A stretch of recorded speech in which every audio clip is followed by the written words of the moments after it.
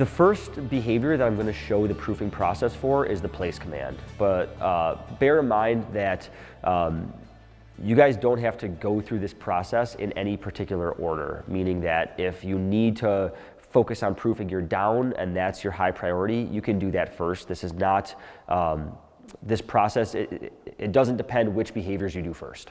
So we're going to do the place command, and with the place command, just like before, I tend to focus on the staying component first before I start using stronger corrections for the sending component. And I'm just going to talk a little bit about the process of doing this. And I've got Elzer here. I'm not actually going to be correcting him, but I just want to show the position of my hands in the leash as I go through this. And then I'll show some demonstration clips with dogs from the training center so you guys can actually see this stuff in application.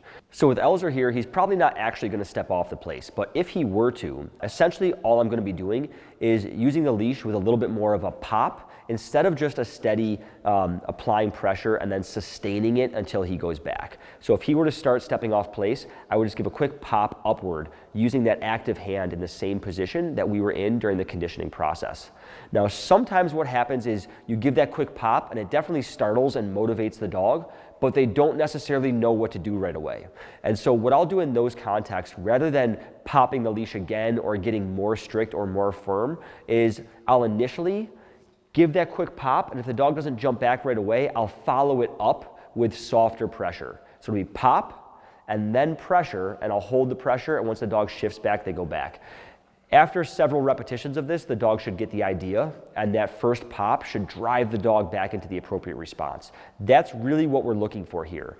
If all is going well and the dog knows what to expect, the pressure, or the correction, I should say, the leash pop is the appropriate intensity, and the dog has the capacity to do what we're asking, then when we give that pop, what we want to happen is that the leash pop essentially drives the dog right into the behavior that we're looking for. So I pop the leash, he jumps right back onto place.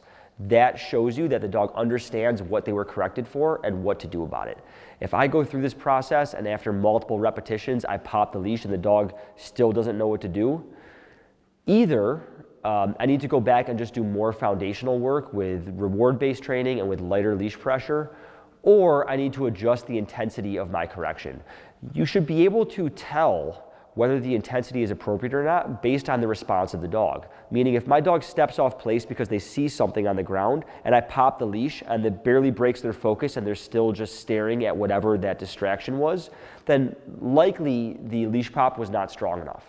But if I give that leash pop and the dog stops and looks at me, but they don't necessarily go back to place, then the correction was definitely strong enough. There's no need to go stronger. We just want to make sure that the dogs understand that when they feel that, what we want from them is for them to go back. And that's why I would follow it up with some softer leash pressure as opposed to another pop. Because the pop already stopped the dog. It already got their attention. They're showing us through their demeanor that now they have a willingness to cooperate. And so now we just want to follow through and show them what exactly it is that we're looking for. And that's the most fair way to approach this. So again, with the staying component, if I still have my hands on the leash, it's going to be a pop here. If I've gotten to the point where I've dropped the leash and I'm walking away, then if my dog steps off, I want to get to the leash as quickly as possible. And when I pick it up, that's when I give my initial pop, and then I lead the dog back if they don't go back on their own. The other important thing I want to mention here is that particularly with some of these duration commands where we've dropped the leash and moved away, this is really where that punishment marker is going to come in handy. And if you remember, we already conditioned the punishment marker through the process of non-reward in the beginning, and then also through the process of applying leash pressure when we first added our leash pressure to this place command. So because my correction is always going to have somewhat poor timing if I'm not holding onto the leash and if I've stepped away from him, I want to make sure that I say no the second that I see him making that mistake. And because of the foundation work, he should already have connected the word no to our corrections. So by the time we pick up the leash and give that pop, he should be well aware of what it was for. So please make sure that if you're dropping the leash and moving away, that you're using that verbal no as soon as you recognize the dog made an error. Otherwise, he may not understand why you're popping the leash. And we don't want him to think that we're popping the leash just because we came near him. We have to connect that leash pop to the moment when he made the decision to move. So no, then I go to the leash, give a pop, and then guide him back.